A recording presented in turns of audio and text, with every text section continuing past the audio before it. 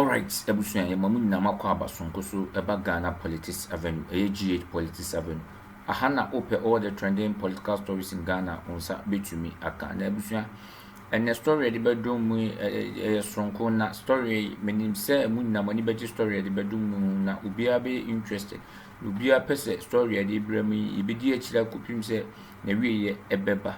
Enne wadaro meneni dedi kan abacha na isu a ani je no obo kwan so say obe subscribe to channel subscribe we have notification bell na ona don sa bo say be ya video afro bia ye be ye ne da be damo ne da be somo no on sabi tumi akabina so kura na be dika nsan kan tem say be ya osudo hu de ekoso Ghana amanyo sem brano bia na oso wetima hweso e da bo ombra ne asema ye de ibramu eye kwaku agema menu former health minister mo kana na oye MP e wodoma no ye ono say health minister e wona na do amemu presu inya covid-19 yare ba ye kwa pe vaccine na no di tintimuma obeka ya ono na okoje vaccine ba ya okujina parliament ya tutu na no yebuza nse de osina ni refi na ni refi na de o maisika koto aja jina parliament anim ka chese refi na kwakwaji ma meli na nansi odi nsembia betudwa se na manfo kase wabokro na de ntina besino monche na odi nsemi betudwa na aspake reaction na Minister of Government Communication Yura Felix Fosuko achiti nsembia betudwa se Yura kwakwaji ma melu former MP Doma Central yache no na yebusebusa nano nsem na yabono kokko sa na institution me asadi we NIB is from BNI omna echi no mchin last year tutu nano yabono kokko so onyi na enche ni case ne edin be court na edin court a ye court no ye be charged with criminal offenses because undimi for man sika enko ye de ope na obani busa osan refi na now yare na nsem bebre nti enche no case ni kwa kopi court nti on de on siabote na on prepare na enche the time ebeso mo mienko nyinkuti Felix Fosuko acho abra odin semi tudwa o do news about the do bia ye no beche I Ghana Politics Avenue all the trending political stories in Ghana aya na osabeka mienkuti minister Felix Fosuko achi here evidence against such people. There's a Sputnik V vaccine case involving Kweku Agyeman-Manu. I noticed that he's been in the news engaging in bluster and claiming that nobody has touched him. That is not true. He was arrested. He was interrogated, questioned, and cautioned. There are 2 dockets in respect of him. The Sputnik V vaccine case and then the COVID-19 frontier case. So in the next few weeks, the Attorney General will be taken to court and he will charge him. Agyeman-Manu, former finance, so they claim former health minister. They claim that he has not been charged is palpably false. You say he was arrested? He was arrested by NIB. When? Oh, that's a couple of months ago. So this year, or we're talking about latter part of last year? Latter part of last year. He was interrogated. He wrote a caution statement. The docket on him has been built, 2 of them. And then he will be taken to court very soon and charged with offenses relating to Sputnik V and then the COVID frontier. As in what did the investigations establish that I think that there are cases of causing financial loss to the state and what have you, and things that he did that violated the procurement laws and what have you. So this relates to causing financial loss to the state? Violation of the procurement laws and several other charges that the Attorney General will be preferring against him. So it is not true that he has not been touched and he is working a free man. He is by no means a free man. Of course, until he is convicted, his liberty to be granted him. He can go wherever he wants, but he is being dealt with by the appropriate security agencies. So now, he wasn't detained, were arrested. Of course, you'll be there for some time. Once they are done with you, they will release you. In fact, I mean, it hardly occurs that even people standing trial are kept in custody, unless under exceptional circumstances. Chairman Wontumi, for instance, and the others who are standing trial with him, they go and come. And that has been the trend. When Dr. Atufosi and go on trial, they were going and coming. They were never kept in custody. So that in itself means nothing. Now, if you look at the Accra SkyTrain project case, for instance, Mr. Solomon Asamoah and Professor Ameya Kofi are standing trial. Now, in spite of what the OSP is doing on SML, there's another case that the Attorney General is looking into regarding SML. And that one to a docket. So this directly relates to Ken Ofori-Atta? Yes, and others too. And in the fullness of time, the Attorney General will unravel that. There's a free Wi-Fi case, for instance. That one too, the docket is ready. Very soon, they'll be standing trial. There's a National Lottery Authority. There's a Buankra Inland Ports. There's DRIP. I've mentioned COVID-19 frontiers already involving Ajima Menu and one Samuel Bansa. There's a Pualugu multipurpose dam. There's a national ambulance case, the mathematical sets case, Moshosho rice case. No, but what are the updates? You just mentioned. What's the update on them? With individuals who have all been cautioned. Evidence has been gathered against them. Dockets have been prepared, which means that the documentation upon which the Attorney General will be going to court is ready. So it's only a matter of time before they are taken to court and formally charged, and then the trial will begin. There's the duplicative digitalization case. There's a West Blue judgment debt case. There's a Bank of Ghana value for money audit. The National Cathedral value for money audit is actually ongoing. So once that is completed, based on the findings that are made, action will be taken. There's All African Games. Indeed, that one, the Auditor General has finished his audits, and in the next few days, he will be releasing it. So I can disclose that to you. And several others, the Japan royalties, the Polo Club. There's a lot of interest in the Japan royalties. Yes, that one too. What's there? So that one, they are almost done with the investigation. And once they are done, they will put together a docket. The Australia visa scandal, for instance, is a matter that has been looked into.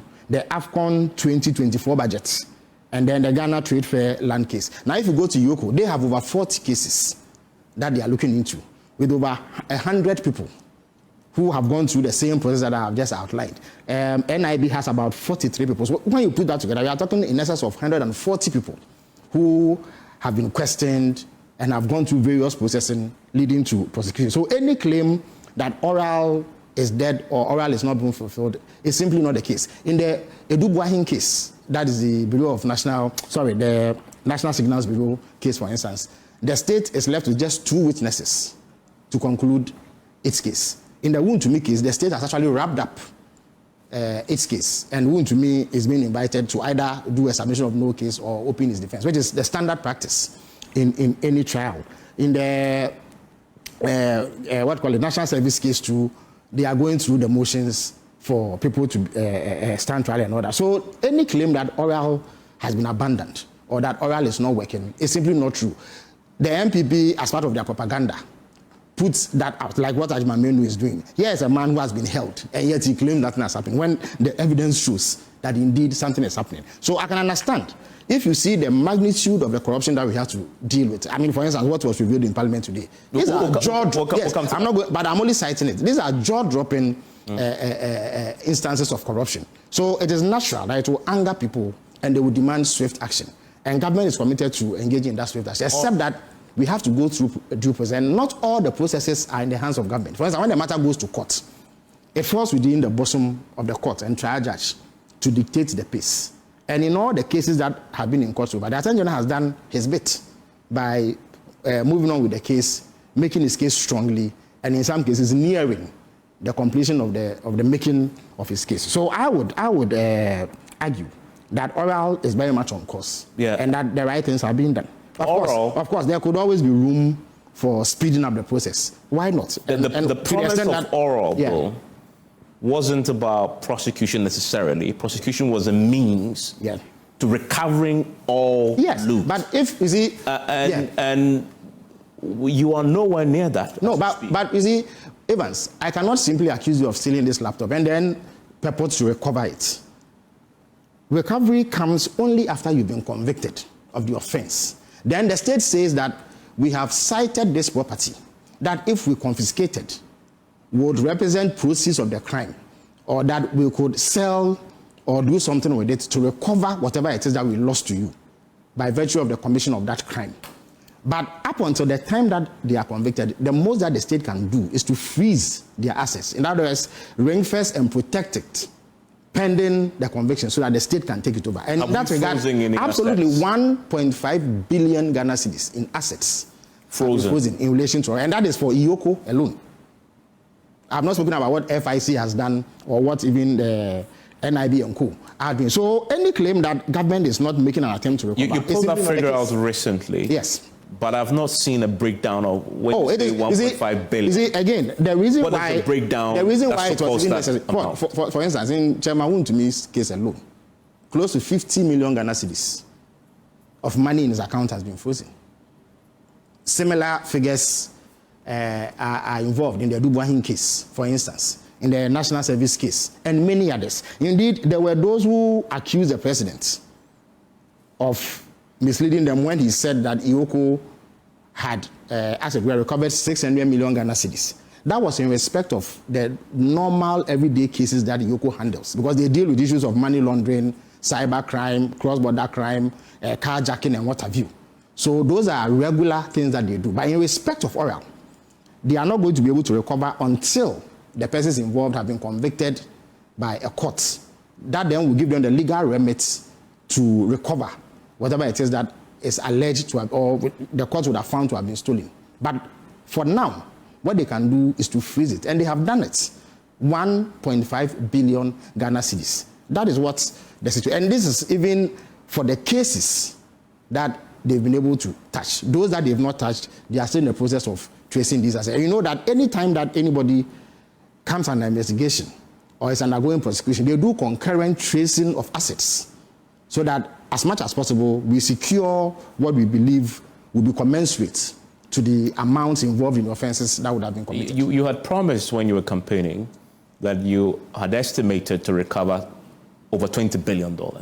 I don't think that is what was said. What was said was that the total amount involved in the offenses that have been committed. Yes. That is what it was. And the oral. Of course. And the oral. But the point then is and the oral. Absolutely. The intention is in the name. Of course. So if you say over 20 billion is the estimate, then the natural assumption is that you're telling us that you intend to recover that. It is entirely possible to prosecute somebody and not find anything, because he would either have squandered whatever it is that he has looted, or hidden it in a way that is a bit difficult to find. I guess that's why you're freezing assets now. So that they do not dissipate it or transfer it or move it beyond the reach of the state. But wherever any asset is found to be in the possession of anybody who is under investigation for oral, that asset is immediately frozen. And I'll give you some numbers in respect of specific individuals who are standing trial.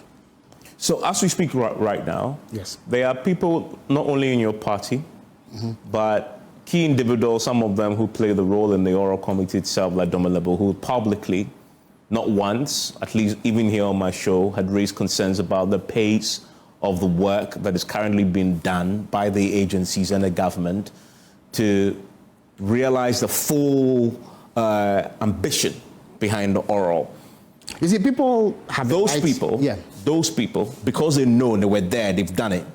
They don't trust that the government is moving fast enough. I'm not sure. Again, you have to define that the actuals is not matching. You see, you have to define the what you mean by government is not moving fast enough. So I've told you what NIB has, and it is under a year. The Attorney General was sworn into office sometime in February last year, and within a year, he is able to supervise a situation where 27 dockets and another 40 cases being looked into by Ioko has been able to get 140 people and beyond, and seized assets worth 1.5 billion Ghana cedis, with quite a number of people standing trial. When the case goes to court, not Mr. Dumelovo or any of the critics can determine how the judge conducts the case. And it is imperative. Like you see, when we were in opposition, we used to accuse the NPP of manipulating the judiciary. We used to say that the NPP did not allow for an independent judiciary. It is not the submission of the individuals saying this, I would imagine, that we should manipulate the judiciary to achieve certain political ends. That government cannot do. What government can do is to build a case, gather sufficient evidence, and then go to court to convince the court that this individual or that individual has committed this crime, for which reason this punishment ought to be meted out. And where we find any assets involved, we retrieve it for the benefit of the case. That has been done. And I believe that we need to acknowledge the work that has gone into it. Of course, are we all frustrated about the pace of work of the Ghanaian judiciary? It's a long-standing criticism against the Ghanaian judiciary. But it is not something that government bears responsibility for. Government has tried to find ways around it. So, for instance, Cabinet has approved the reintroduction of the tribunal system, which in any event is in the Constitution. Of course, in the past, because of some happenings in the past, it came under criticism and it was shelved. But it is something that has been resuscitated, and very soon it will be rolled out to deal with cases of oral and cases involving illegal mining and other cases that clog our court system. So a lot is happening in that regard. But as for the fact that government can dictate the pace of cases being handled by a court or a judge, that one is beyond the capability. The question then is, when did the NDC know this? Because of the pitch. But you see, Evans, I want you to give me... The pitch in the campaign Evans, I want you to ahead of the election was you were absolutely sure that you could nail the... And also the Member of Parliament for Ibra, Sebu, Kwaman Kessi. I'm grateful to have you join us for this conversation. On the back of what happened in Parliament today with the presentation of the audit report. Sure. And two auditing private auditing firms worked with the Auditor General to do this. We'll get into the specifics now. Right. But my curiosity first is where this sits within the bigger oral agenda. Oral was a thing that drove you into power, arguably.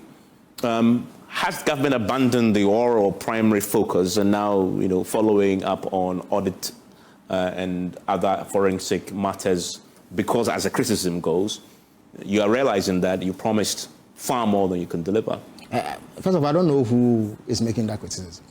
I've heard NPP folks, some of whom have been the subject of intense oral activity, turning around to make these claims. Of course, admittedly, there are those in our party too who are frustrated. Would wish that pace is slow. Well, not necessarily. You see, oral simply means Operation Recover All Routes.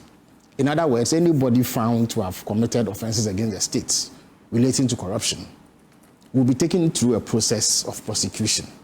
And once they are convicted, to the extent that it is possible, whatever it is that they have stolen from the state will be retrieved. That is what it is. So there was no other way this was going to be carried out other than through a lawful system, which then means that certain steps have to be undertaken in order to ensure that we meet the requirements of the law.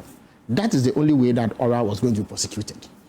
Even before President Mahama became president, he took action to gather as much fact as possible to serve as the basis for further investigation. Now, once the oral committee finished, and as the president and many others have explained, you could not take that document that they had compiled to court because it would not stand scrutiny. You needed to have accredited state agents investigate these matters, gather appropriate evidence, arrest or invite those who are alleged to have committed these offenses, put the evidence together, build a docket, and then charge them and take them to court.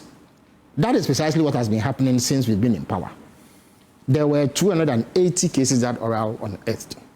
They were shared amongst the CID, the NIB, previously called BNI, and then the EOCO, Economic and Organized Crime Office. Now, these entities have been busy at work, and they have done a lot of work. As I speak to you, NIB alone has completed work on 27 dockets, which the Attorney General is working on, reviewing some. Some he has taken to court. So, for instance, the National Service Authority case, it involves Gift Owari and Mr. Osei. They have been in court for quite some time. Indeed, 2-3 days ago, another 21 charges were slapped against Mr. Osei. Now, in addition to these two, there's another gentleman who used to work at the National Service who is also standing trial. In addition to them, another 21 people are going to be charged because some work that the Auditor General did has unearthed further. All right, Abusia, Yadamasi, Samojibre, Namudeti, Namdashe, Ewo, Ghana Politics Avenue, GH Politics Avenue. So, the Ghana open all the trending podcast stories in Ghana, a Hayana onsa betumi akan nane. So, ready to me, meaning say, Monia Jahona, a Yamofe. Say, yet me this story, Abedumu, a year, honorable Kwakwajima menu, former MP and former Minister of Health. And some of the Betuja, who say, oh, yeah, dear, 1 year. Edika, Madame, my best subscribe to channel in African notification bell. Odo onsa abosu. Na video edibedumi when you want, Wadaroma, and you do book so like it. Like it just when you do not share ama afufro nua uyonko wadamfo yiri ukunu o ma me papa wa share ama musu anya bi ahwe said e be musu be hu de ekoso Ghana ya manyo semu na say na political dispensation after comment section said dem liga kan video no how do you think what do you think who ni say de na abanye nye kwadu be na emfa mon kire wadwe na me kire ma de nkire ya adwe na ina all small we nyesu ntimi mu ma Ghana ya manyo sem ne ye ka be me nka bi amamu no enkoso Yadamunya Masi, Samojibre, Namdeti, Namdakre said that I can Ghana Politics Avenue. open all the trending political stories in Ghana. I am on Sabek. I don't know what's my debate.